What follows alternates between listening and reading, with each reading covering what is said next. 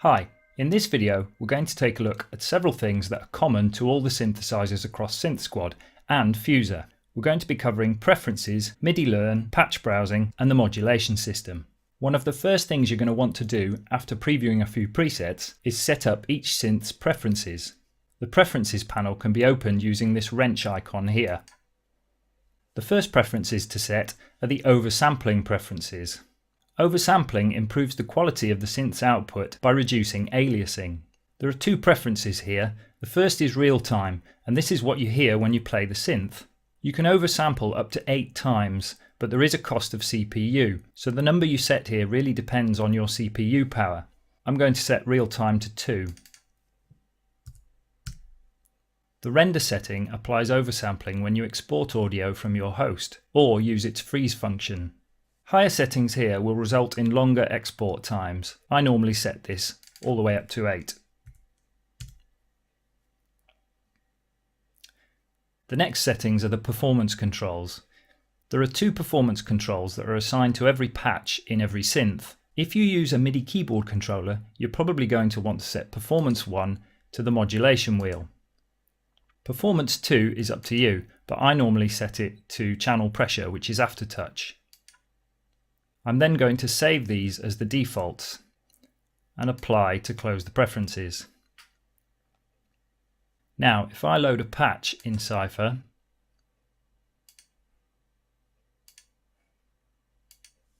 and play a note and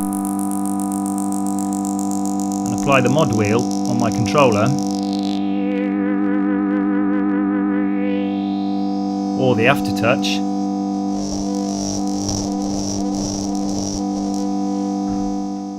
you can hear the results of the Performance 1 and Performance 2 assignments. You'll need to go through the same preferences for each of the synths. Fuser has a slightly larger preferences panel. It has preferences for the macro controls, which are the 8 knobs you see up here, and these can be set to control anything within Fuser. I've got them set up to respond to the 8 knobs on my controller here.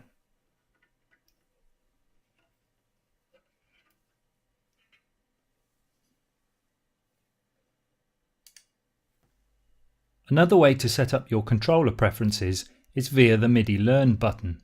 The advantage of doing it this way is that you can take control of just about any knob, slider or button on the interface.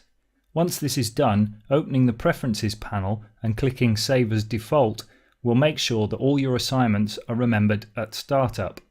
Let's see how that works.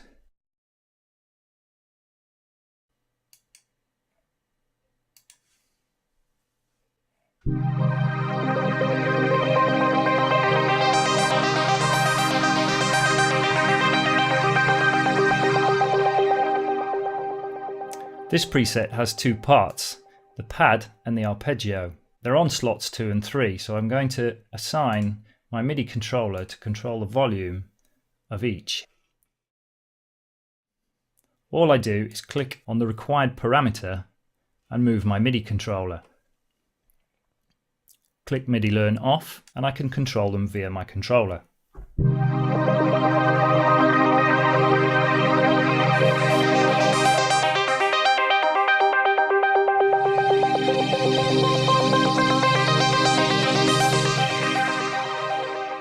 Don't forget, you can go back to the preferences panel and save as default if you want these saved permanently. Now let's take a look at patch browsing. There are 2 ways to patch browse. The first and quickest way is to use this drop-down menu here.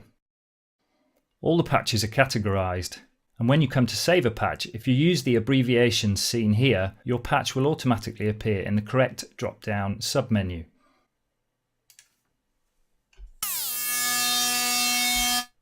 I can use these left and right arrows to scroll through patches. The second way of browsing patches is using the browser. This gives us a little more flexibility. We can use the search function,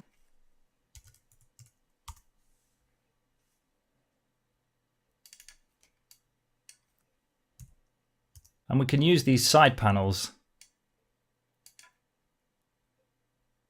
to browse by author or by style.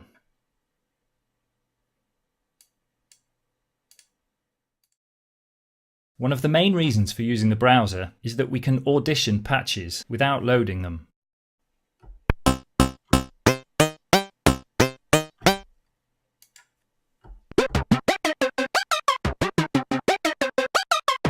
This means you can try out new patches mid-song, but if you don't find anything you prefer to what you've got already, you can just hit the cancel button and you'll go back to the previously loaded preset.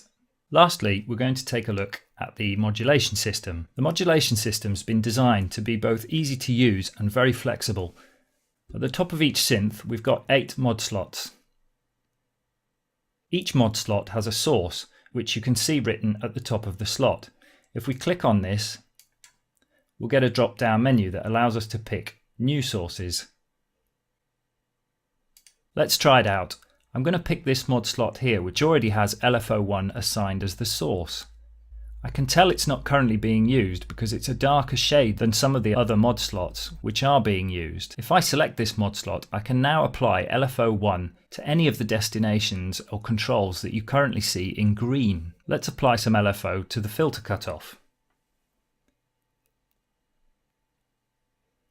By hovering over the outer green ring of the filter cutoff here, I can adjust the amount of modulation, both positive and negative, by dragging up and down.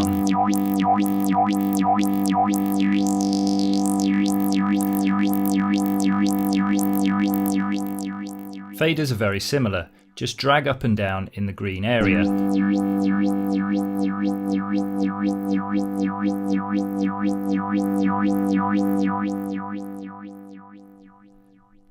Now I can carry on and apply the LFO to as many parameters as I want.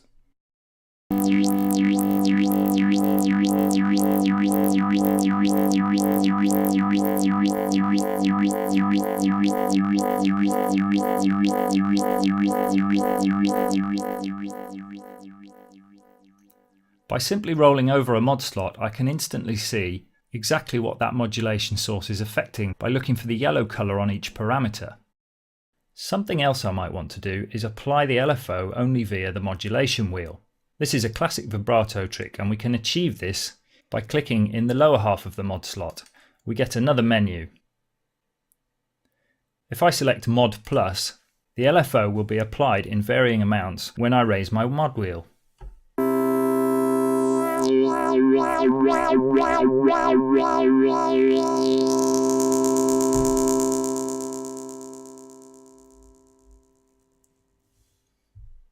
The last trick I'm going to show you is something called Load to Mod Slot. I've loaded a patch here, and I'm going to make a variation patch of it. I'm going to change quite a few parameters.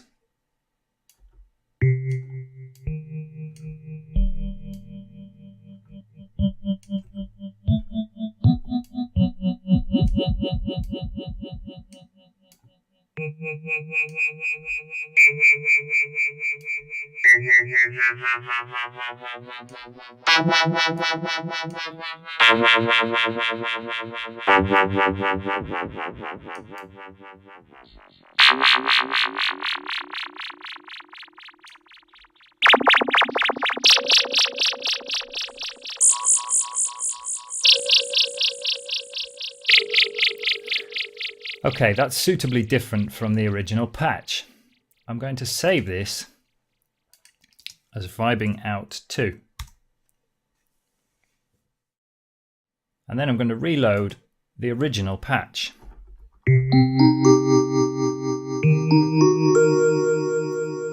Here's where Load to Mod Slot comes in. If I enable this little icon here, I've enabled the Load to Mod Slot facility. And what this allows me to do is load a patch. But instead of loading a patch in the normal way, it'll load the patch as modulation destinations according to the currently selected slot. The easiest way to explain it is to demonstrate it. I'm going to select the Performance 1 mod slot, which is my mod wheel. I'm going to browse for my Vibing Out 2 patch. What's happened here is that all the changes I made to our original patch have been loaded in as modulation assignments to Performance 1. You can see the resonance, the filter, the frequency modulation. And what this means is when I play my patch,